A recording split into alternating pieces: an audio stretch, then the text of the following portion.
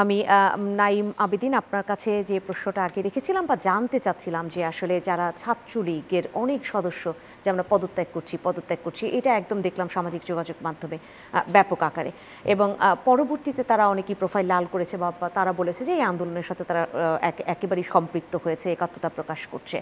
তাদের এখনকার অবস্থান বা তখন তাদেরকে কিভাবে শিক্ষার্থীরা যদি বলি যে মেনে নিয়েছিল বা তাদেরকে একাত্মতা প্রকাশে সত্যিকার অর্থে তাদেরকে সাথে নিয়েছিল? দেখুন, ছাত্রলীগের যে অবস্থান, আমি মনে করি যে ছাত্রলীগের যারা কর্মী ছিল এর মধ্যে 50% ছিল আপনার নামে, আর বাকি 50%-এর ভিতর 5% ছিল যে আসলে আওয়ামী লীগকে মানে রাজনীতিকে ভালোবেসে বা আওয়ামী লীগকে ভালোবেসে ছাত্রলীগ করতো।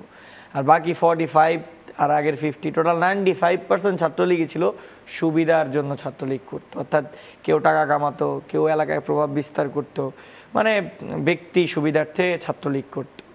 তো সেখান থেকে যখন হাতে গোনা কিছু কর্মী যাদের আসলে বিবেকের জাগ্রতটা হয়েছিল যে একটা রাজনীতি করার জন্য নিজের বিবেক, নিজের ধর্মীয় জ্ঞান বা নিজের পারিবারিক শিক্ষা সব কিছু তো সবাই বিসর্জন করে না।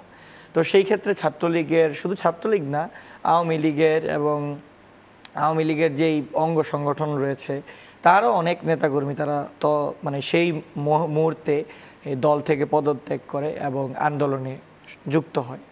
তো এইভাবে ছাত্রলীগের বা ওই আওয়ামী লীগের যারা যুক্ত হয়েছিল তারা আন্দোলনে ছিল, অনেকেই ছিল।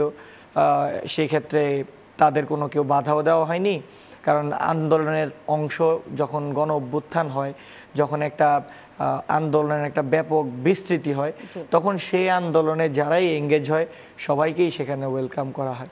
তো সেই ক্ষেত্রে এই আন্দোলনের মধ্যে যারা লীগ থেকে নিজেকে বের করে এনে যুক্ত হয়েছিল তারা আন্দোলনের সাথে ছিল এবং তাদেরকে সেইভাবে কোনো মানে বাধা দেওয়া বা আটকানো হয়নি। একই কাতারে এসে সবাই আওয়ামী লীগের বিরুদ্ধে লড়েছিল।